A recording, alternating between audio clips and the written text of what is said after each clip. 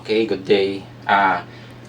Meron akong ipapakitang board sa inyo. Ito, medyo familiar na kayo dito sa ganitong klaseng board.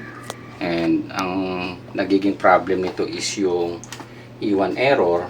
And ito, meron yan tayo dito na nagsushort. And yung 7805, pag tinetester nyo, nagkakaroon ng shorted. Papakita ko lang sa inyo. Madali lang to. Okay. So, dito tayo. Yung power supply natin, ito, gawin nating power to power supply.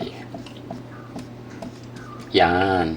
Okay, ang power supply natin, meron kayo makikitang dalawang supply dyan na dumaan ng diode.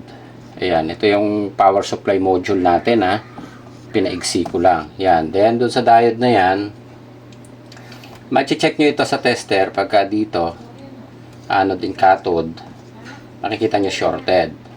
Etong isang linya na to, dumaan ito ng 7805. Then, papunta sa system. Yan. Papunta sa system yung 7805. Pwede nyo ihang yung isang paa na ito, yung papunta sa system. Dito, ikat nyo. Iangat nyo lang yung paa. Ganito yan, Ito. Pwede nyo iangat ang paa. Then, saka nyo testerin. Naangat naman siya. Para makita nyo kung may shorted. Or, pwedeng itong diode na to, nagkakaroon din ng shorted. Kasi pag chinek nyo yun dito, anode cathode, pag nakuha nyo ng shorted, dito ang punta nyan. Ayan. Ngayon, kung okay na kayo dyan, pero kung nandito ang shorted nyo, sa 7805, malamang sira ang system nyo. Yun yung malamang na may problema. Yan. Ito kasing 7805 na to bihirang masira Nakadalas ang sira, pwedeng sa system or itong diode na ito. Nagsushort. Etong isang supply naman, medyo malala yan. Ang pupuntahan nito is papunta ng IPM. Ayan. Kung nakuhanan nyo rin ang shorted dito and shorted din dito, maaring may problema kayo dito sa papunta ng IPM. Usually, ito yung 15 volts na papunta ng IPM ang nagkakaproblema. Ayan. So, susundan nyo lang yung supply na ito.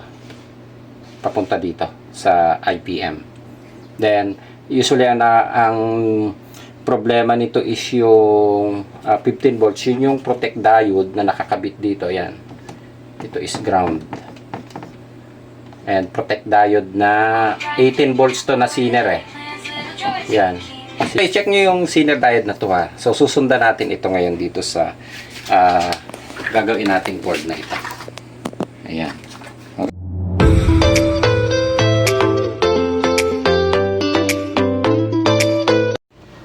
Couple tong board na to. Ituturo ko sa inyo yung common issue nito kapag nawala ng power. Ayan. So, ito yung power supply section. Ayan. So, ito yung power supply section. So, common issue lang naman yan Ito. Ayan. Then, kung wala siyang power, ito, i-check nyo to. Yan yung diode. So, kapag ka-shorted, swerte nyo. Pero kapag ang shorted niya nandito sa output ng 5 volts, kapag ka-shorted yung output ng 5 volts niyan, malamang yan ang may damage. Etong IC na to. Yan yung sa system. So, ito yung regulator ng 5 volts Ayan. So, i-check natin papakita ko sa inyo. Yan. So, ang tester, set nyo lang sa X1. Yan. Resistance tayo. Then, ayan. Ito yung board. Tagilid natin ng konti para makita nyo.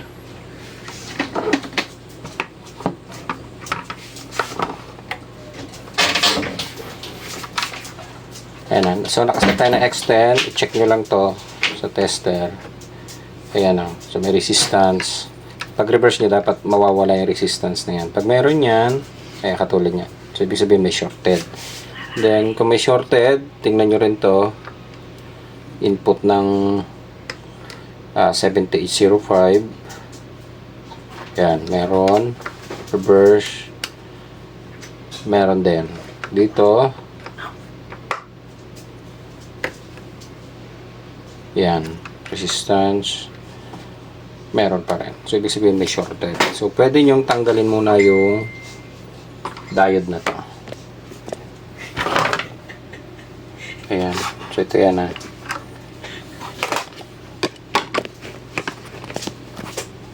Tatanggalin natin itong diode na to. Ito yan na.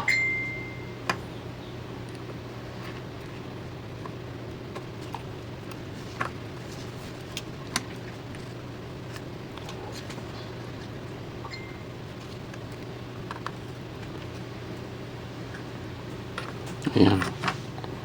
Ito. Tanggal na.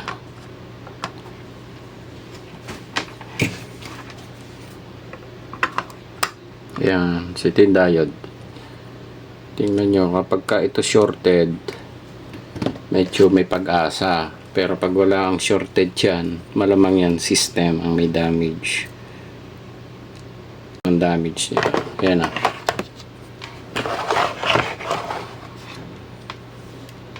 Ito yung diode. Yan. So, walang resistance. Pag reverse, meron. Okay. So, balikan natin yung shorted kanina. Ito.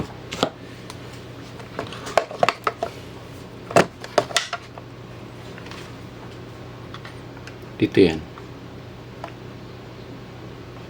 Yan. So, nandito pa rin yung shorted. Ayaw, wala. Sablay. Malamang to, damage ang system. Pero, tatanggalin muna natin yung output. Pwede nyo ihang tong paan ng 7805 na to. Kung mawawala yung shorted ng output. Lang natin yung paa. Yung ayan, so nakahang na siya. Tapos same procedure, i-check nyo ulit siya. Yan, dapat reverse nito, walang resistance. Oh, mukhang may damage ang regulator. Ito dito.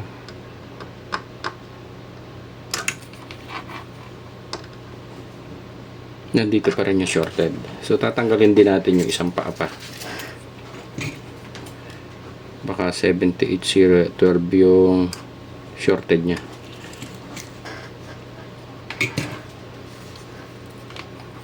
Ayan.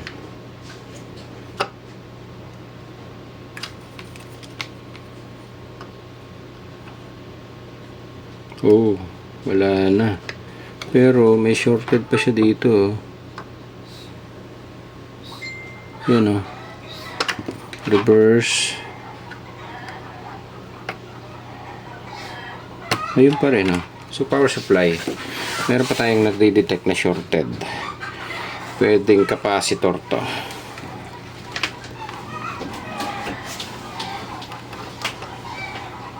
Ito. Bubunutin na lang muna natin. Ayan. Ito yung likod ng board niya. Pwede nyo i-check tong capacitor na to. Yung dalawa na to.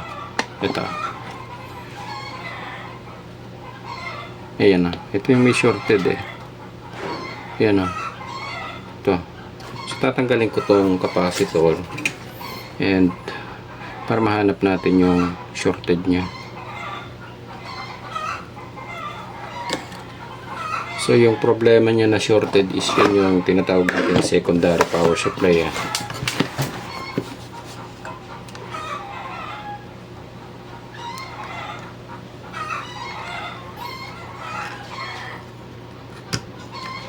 Ayun. So, ito yung capacitor na binunod ko. Tapos, yan. Check nyo na lang kung shorted dyan. Kung shorted, papalitan lang naman. Ngayon, kung hindi siya shorted, ito yung problema. Ayan, wala dito. Oh.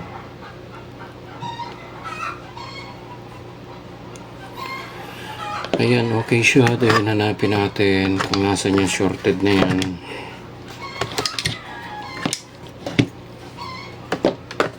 Ito. Meron pa ito isang dahil dito eh. Ito.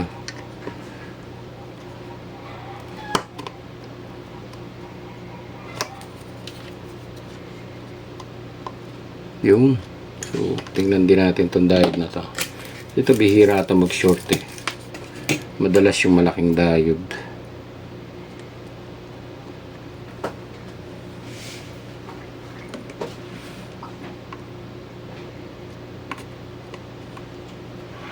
Yan.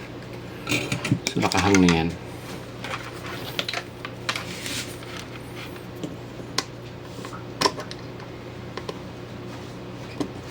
Yun, wala. Yun. Oh, wala din. Tingnan natin kung may shorted pa. Nandito pa rin. Ayun, wala na. Dito. Wala na. Oh. Reverse. Wala na. Dito. Ito yung may shortage yata. Ayun. Turn ulit natin to.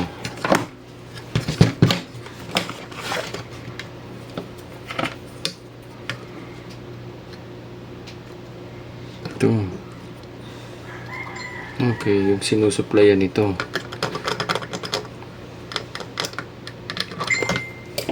Kakalasin ko rin to. Capacitor na to.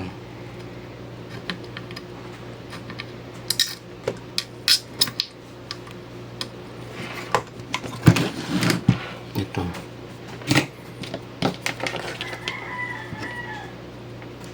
Wala rin dito. Okay. Oh, so medyo bangungot na. Parang ang susundan ngayon natin yung supply na nagda-drop kung nasaan. So maaaring nandito sa parts na to, or ayan, shorted eh dito. So medyo malala yung trouble niya. Binaklas ko na siya and hindi natin makita yung shorted dito sa portion na to. Kaya ang gagawin natin, gagamitan ko siya nitong ginagamit namin na pang short killer, and titingnan natin kung saan uusok. Ayan, pwesto lang natin dito para makita natin. Yan. Tapos ito yung tututukan natin, positive, negative.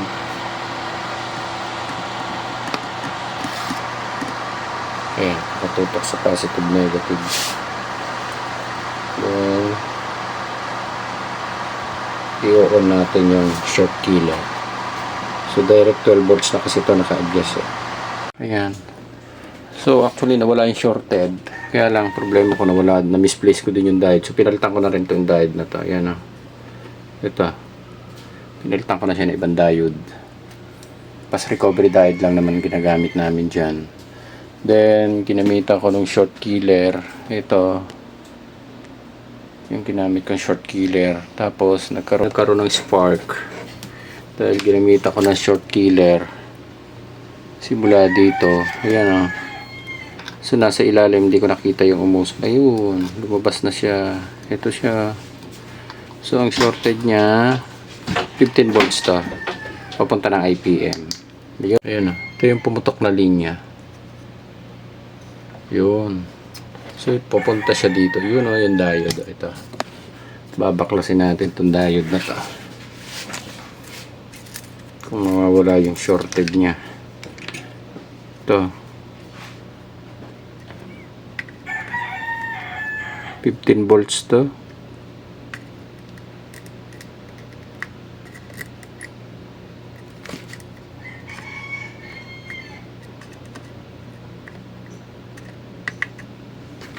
Yan.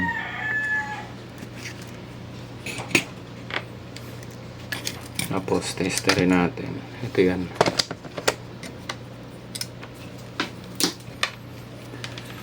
Dito. Yun. Okay. Kasi wala na. Ito shorted oh. Kaya, nasaan yun? Ito.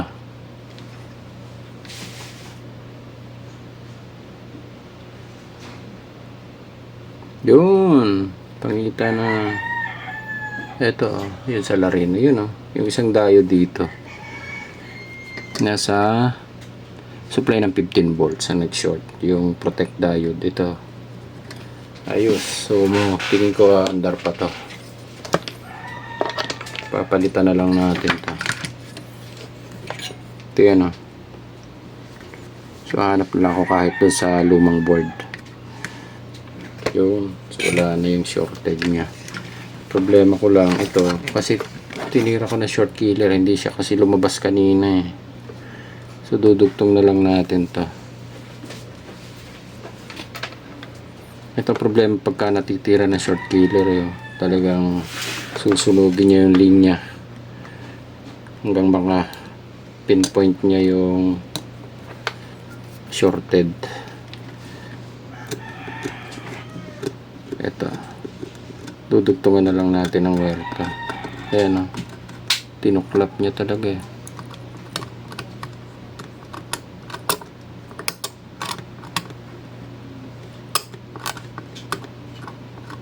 Yan. Ito yung umuso kanina. Yung portion na to. Ilalagyan na lang natin ng jumper wire.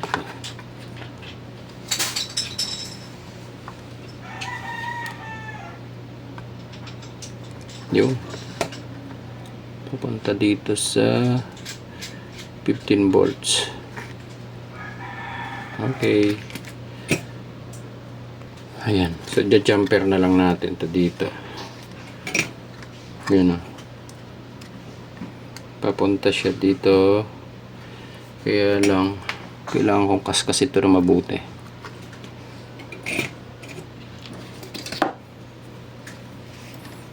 Ito. Kasi natutuklap eh.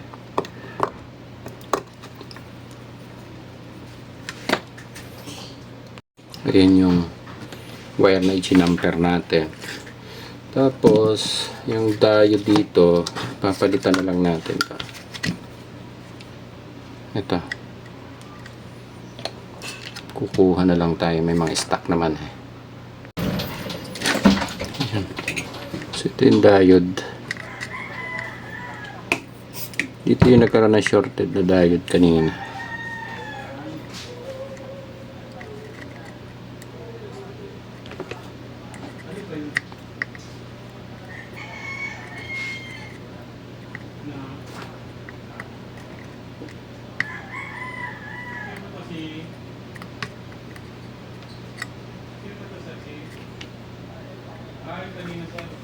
Ayan.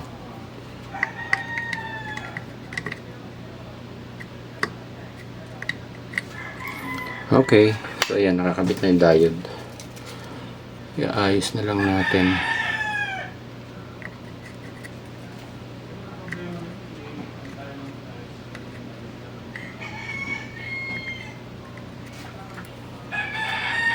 Okay.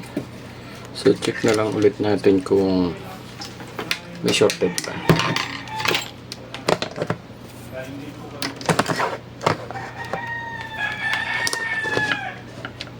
Ito. Yun. So wala na. Ito yan. Okay. So wala na yung shorted natin. Then dito yung kanina. Okay. Ito yung nakita natin na shorted eh. Dito. Wala na siya. Dito. Wala na rin. Yun. Okay na. So, yun lang pala ang shorted niya nandun. Ayun nga lang. Nagkaroon tayo ng jumper dito. Yun o. Yung wire. Ito. So, okay naman yan. Then, tingnan na lang natin kung aandar.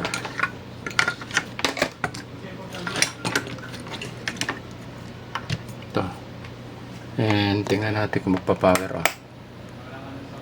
Yung. May power. Ayan, okay na. May supply na. So, tingnan natin kung ilang volts.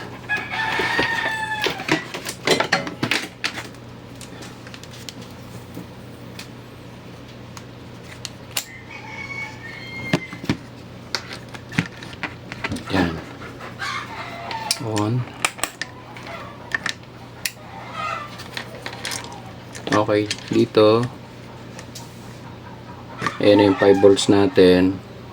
Ito yung 14 volts. Tapos, tingnan natin kung makukuha natin yung dito. Yan, yung 16 volts. Okay na. Ito, 17 volts. Okay. So, hindi pa pala nag-regulate yun. 18 volts kasi siya.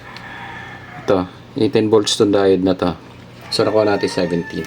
Okay na siya. Protect lang siya. Ayos na. Tingnan na lang natin kung aandar. Balik na natin tong heatsink na to. Ay, pinahirapan pa tayo. Nandun lang pala yung shorted na yun. Yun. So, sinet up na natin. Compressor. Ito yung signal, line neutral. Then, itong puti na to, fan motor. Then, yung sensor. Ayun. Okay, so titingnan muna natin kung mag-on na siya ng diretso. Saksak.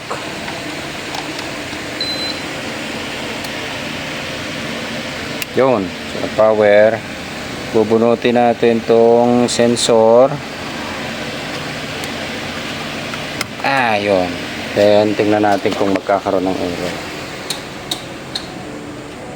Dito. Yun. So, F1. Okay.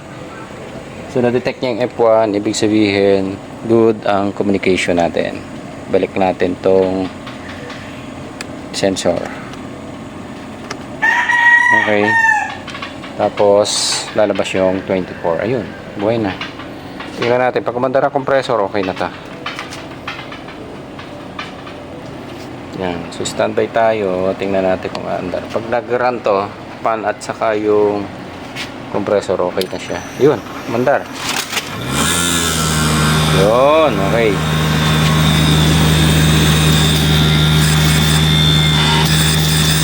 Okay. Umaandar ang fan. Umaandar ang compressor.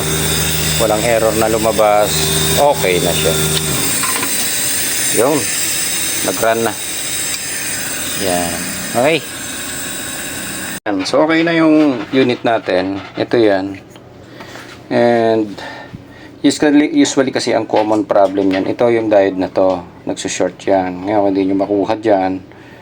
Maaaring nag-short dito sa 7812. Pwede nyo ihang yung dalawang paa na to. Yan. Para makita nyo. Kasi kung may shorted pa rin kayo, kapag hinang nyo yan, maaaring pumasok na yan dun sa system. Ngayon, yung nakita nating shorted dito kanina, shorted din dito sa capacitor na to, shorted din dito.